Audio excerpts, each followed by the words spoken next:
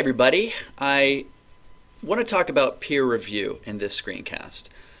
It's my hope and my assumption that all the other agenda items, which largely involve clicking, reading, creating, and writing, are manageable for you. So let's assume you've just banged these out. You've read the assignment, you've read the brief guide to writing, you've checked out the suggestions, you've done the reading, you've composed at least one page of your Essay 2 rough draft. Okay, not only that, you've added your 3 questions to your draft. You've added a comment following these very simple instructions. Your questions are open-ended, and they're not yes/no questions. The questions that you've asked are designed to stimulate conversation between you and your peer review partner. So you've gotten all the way through the first 4 items, and now you are on the 5th item. You're watching my peer review screencast. How very wise of you. Okay, so you are in a place where you're ready to share. So let's say you're Natalie, okay, and you have much more than a page, but your Essay 2 rough draft is in a good place to share. So you click on this link right here, 6i, and it takes you to this document. Okay, you've written your name, Natalie, your email address, natalie@starkstate.net. Those are obviously made up. And now you are to the part where you need to post the link to your Essay 2 rough draft. Now, Natalie has some options just like you do, and I want to walk you through those options. One option you can do, and every one of your steps involve this button here. So this one says private only to me because I've kind of messed with it a little bit, but you and I are collaborators on every document that you have. So you click on the share button, and the link to share will be already highlighted. On my Mac at home, it's not always highlighted, but here at my office, it always is.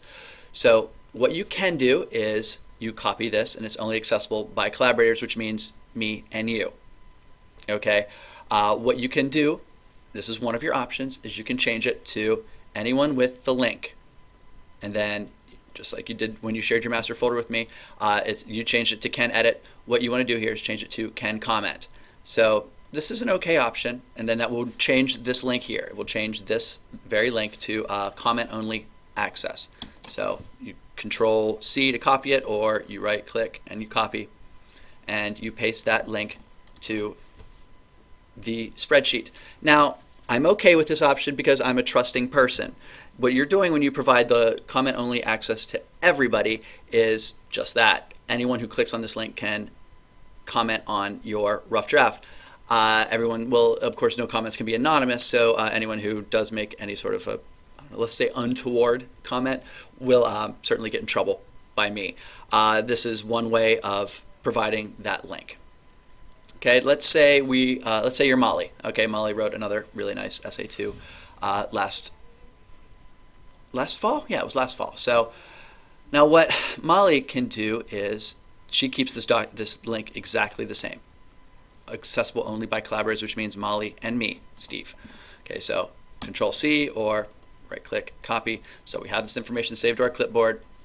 MOLLIEGH. Okay. At, let's say gmail.com this time, because some of you are using your Gmail.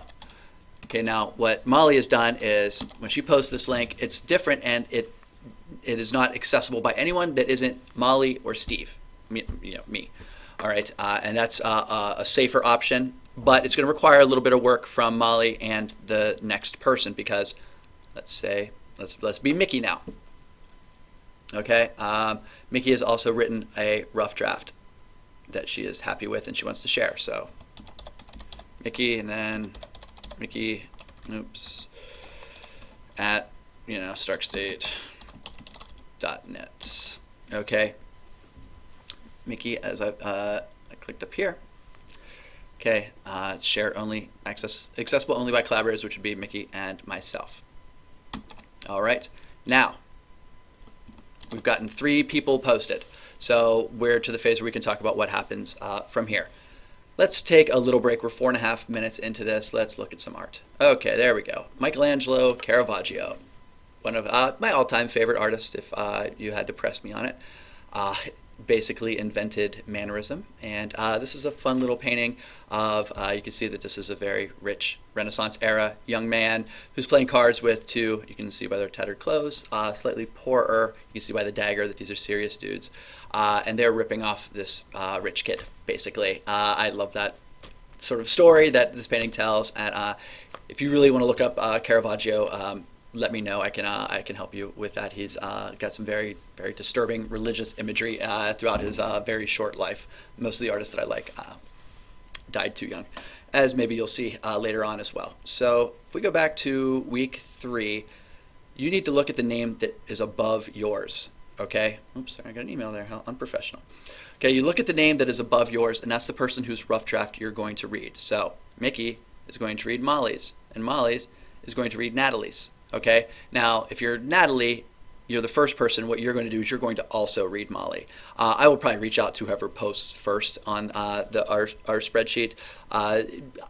Basically, I don't want Natalie to have to wait until student 112 posts in order to get her feedback done, because Natalie's going to be an on-the-ball student if she's posting first, if her rough draft is in that sort of good shape.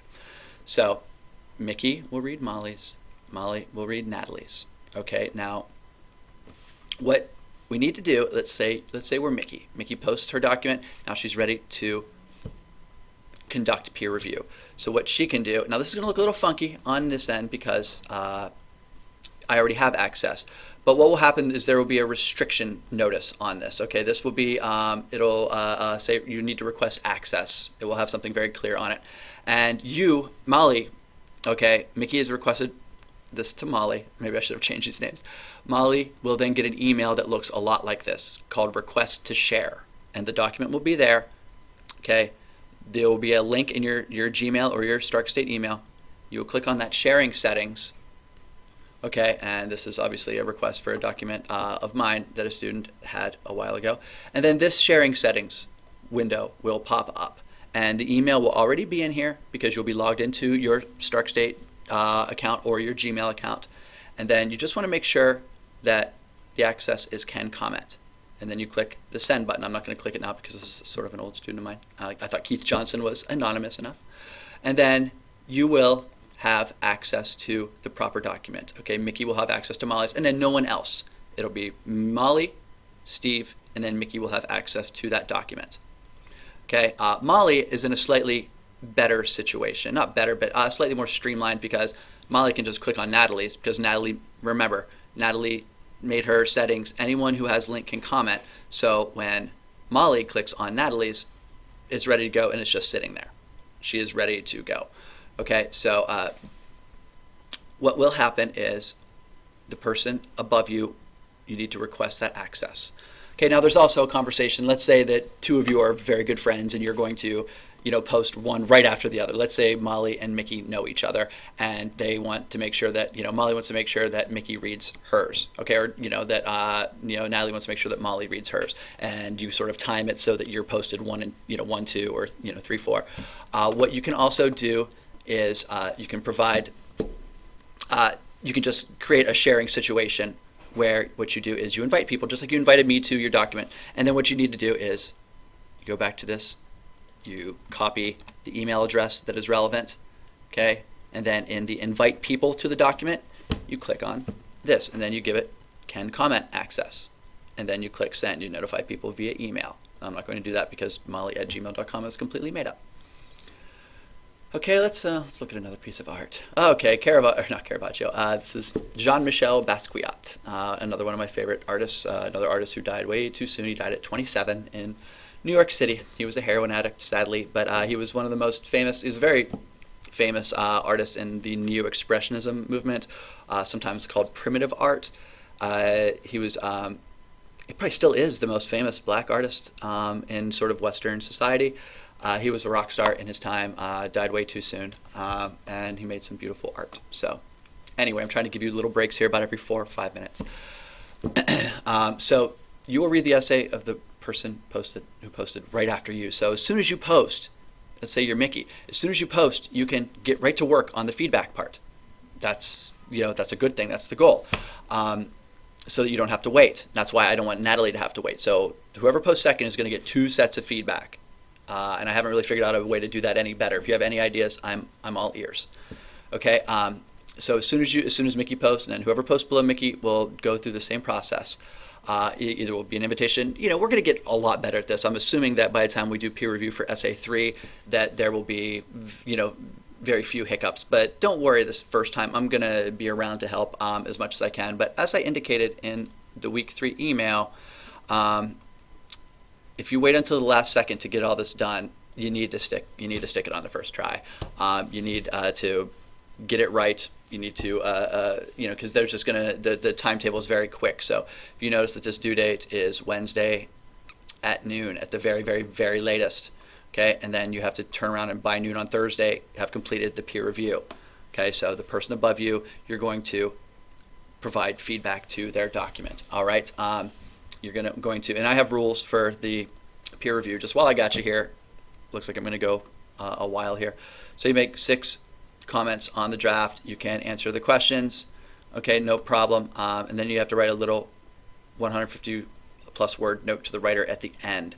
Okay, do not resolve any of the comments. Then you have to create a brand new essay entitled Essay 2 Final Draft. I hope I've been clear about that. Okay, I know this is a slightly choppy process. I'm hoping that in every classroom there will be someone who's really on their Google Drive game who can help everybody else. I'm also happy to, video conference with you or, send specific emails or to help with the accesses. I'm going to have access to all the documents anyway. I can create sharing as well, so I can get a lot of this done on my end, but you're not going to learn anything if I do that. I would rather you learn how to navigate these murky waters of the Google Drive process. So I hope this made sense. I posted to a few videos that show how to do this, but the interfaces look different already. Google's always sort of tinkering with their UI, their user interface, and as a result, not every YouTube video that goes up is as relevant or up to date as maybe it could be if it were made, say, yesterday or today. So thank you for watching all of this. I'll leave you with one more beautiful piece of art. This is, of course, Jean Renoir.